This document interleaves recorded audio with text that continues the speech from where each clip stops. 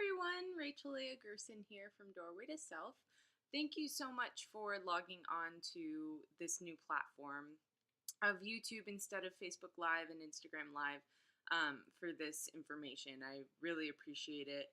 My Fridays are just getting crazy, and it's hard to schedule a noon live every week. So it was starting to get it was feeling really burdened, and I was feeling stuck, and I was like, well, if I'm feeling stuck, other people are going to feel that stuckness, and then why? Hi, plant. And then why even bother? And I actually watched my viewership start to sink as soon as I started to feel that way, which is just an awesome evidence of the way that energy is portrayed and felt. So that's pretty cool. So talking about the card of the week this week, it is Greenman's Bride, Sacred Union, Commitment Ceremony, Maturing into Deep Relationship. And there's the picture. And this comes from Lucy Cavendish's, and Selena Fenech is the artist, Wild Wisdom of the Fairies Oracle deck. This is my absolute favorite deck. I know I've said that every time I've done a video of one of these cards. This is not an advertisement. They're not paying me to say this. And in fact, actually, none of my card videos are. But anywho, so this was my first deck that I ever purchased for myself. It's said traditionally that your first deck should be gifted to you. If it hasn't been, don't worry about that. That's okay. Like, I tend to look at that more as kind of like universe has gifted it to you, and that's awesome. So, but anywho, universe gifted this deck to me / I got it. When was that? I was 19. And it doesn't matter how many decks I've accumulated since then, either gifted or purchased. This is still my baby. So, anyways, tangent aside, so this card is so good. I feel like most people see this card and they automatically think of a relationship with another person, which just goes to define for you where the mind of our society is at. And of course, absolutely it could be about a relationship to another person. It could be like you could have feelings. You could have had feelings this week about, oh, well, I feel a lot more committed to my partner. I feel a deepening of our relationship. I feel like they're much more committed to me. I'm personally, all of those things are very true for my current relationship. A lot of stuff has been going on for me, and I know clients have been coming in telling me the same thing about their relationships, but I was feeling that that aspect on a lot more personal of a level. And in fact, the feedback on that front, from friends, from clientele, etc., has been kind of like not 100% on. It's been very kind of wishy-washy. And so that's why I say, and when I wrote this, when I was feeling into this, for this week, it was very much not about another person. It's about you. And chances are, if you've experienced a deepening in a relationship with another person, whether that's your significant other or a family member or a friend or whatever, a lot of that has been a result of you deepening your relationship with yourself and your commitment to yourself, being completely authentic. I know there's a little bit of a lag, you guys. I'm really sorry about that. So being really authentic to yourself and put in place in your commitment to yourself. You've put yourself in your place. And I know I touched a lot on this idea of divine feminine, divine masculine, and finding that within. And the thing is like, I know I talk about this a lot, masculine, feminine balance, and oh yes, everybody has divinity within them, and that's true. And that's that, I don't want to continue harping on the same harp, but that's what this card is, right? Like, that's what this is about, is finding that divinity in you and finding that relationship to yourself and finding that divine masculinity and divine femininity within you and marrying yourself, right? Maturing into deep relationship with yourself, having a commitment ceremony to yourself, meeting yourself in sacred union to you. Because it's hard to be unified with somebody else if you're not unified with yourself. So really this week has been about really loving yourself and really finding these different aspects of yourself to love. And that I have seen come through with so including, like, this just broke my heart in half and sewed it back together all at one time, and just, like, so amazing. My client I've been working with most regularly has had a major breakthrough yesterday, and basically has been completely hopeless. Has felt completely hopeless for about 6 months now. Well, more than that, but we've been seeing each other for about that long. And yesterday they came into my office, and this week it wasn't even in regards to a session with me or anything like that, but it was this week. Our work together finally broke through, finally stuck, and they were able to say, oh my gosh, here's this missing part of myself that I didn't understand, that I didn't realize, and whatever, and they've been able to come to the forefront for themselves on that. And that was just so beautiful and so incredible to see this person who just had zero hope find hope. And so that just completely made my week. But I've seen it in other aspects as well. I don't know, even in my family, a lot of them are in town, and so family dinner or whatever, I've been seeing them integrate within themselves as well. With me, it's very much, I'm constantly, daily deepening that relationship with the masculine inside of me, deepening that relationship with the feminine inside of me. And actually, right after I finish this recording, I'm going to be, which is, again, part of the reason why I've now started doing this earlier in the week and uploading to YouTube directly. But directly after I finish this recording, I'll be jumping out the door in the car to Luther, Michigan, where I'm meeting up with Cassandra Wilder of Goddess Ceremony, and we'll be deep in retreat this weekend with women, and really harping into the divine feminine and feeling into that for ourselves.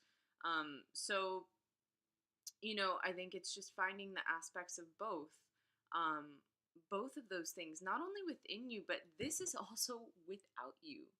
The Greenman traditionally is the man of the woods, right? It's nature, it's the elements, it's this.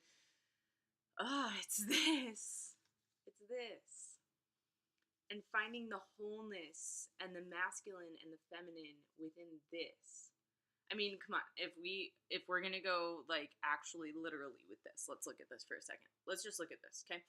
I have a book by Tess Whitehurst on what is it? I think it's called The Magic of Trees. And also Ellen Dugan has written Garden Witch's Herbal or something like that I also have. And both of them state, oh yeah, this plant is feminine or this plant is masculine. But the thing is we look at these plants, and I started really thinking about this. I was reading her Tess Whitehurst's description of birch, and it was saying that it is, I think it was birch.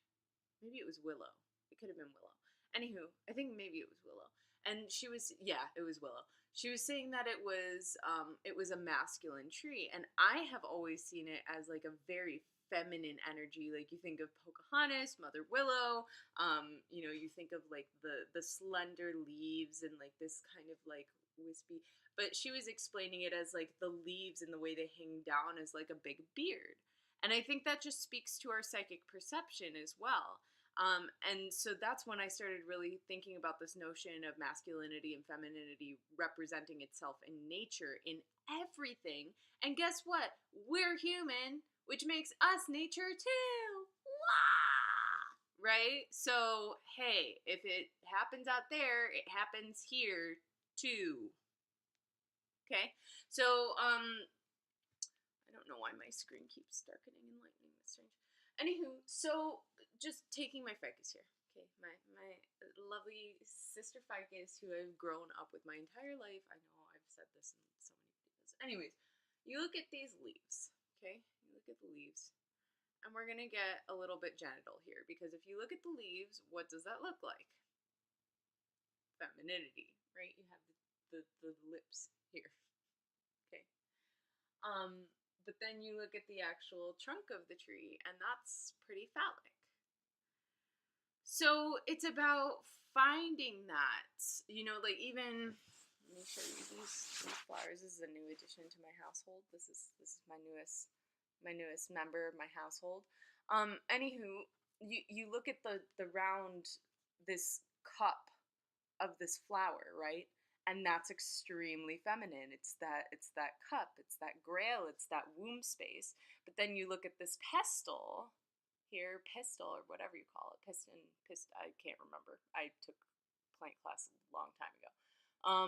Anyways, you look at this, and this is extremely phallic, extremely masculine. So the point is, I can show you penises and vaginas everywhere all day long, but the point is that they are everywhere all day long. Masculinity and femininity and sexuality and creation all exist everywhere, all around us, and everything has at least a little bit of both in it. It might not be directly 50-50. It could be way more one thing than the other. Like, being in a woman's body, I definitely feel more physically connected to the feminine most of the time. But and being a male, I'm sure males I've talked to feel a lot more connected physically to their male. And of course I'm talking cisgendered here. If you go transgendered, that's a perfect iteration of how that balance can be tipped, of how the masculine and feminine can be felt and live within all of us in different capacities, in different levels. So just exploring that within yourself and really marrying yourself, really falling in love with yourself, really melding that connection between the divine masculine and the divine feminine.